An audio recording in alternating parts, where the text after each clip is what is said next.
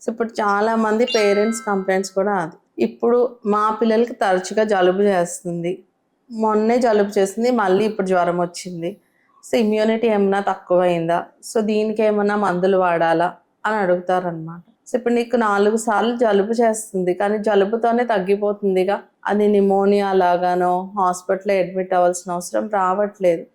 So ఇదంతా part of building up immunity.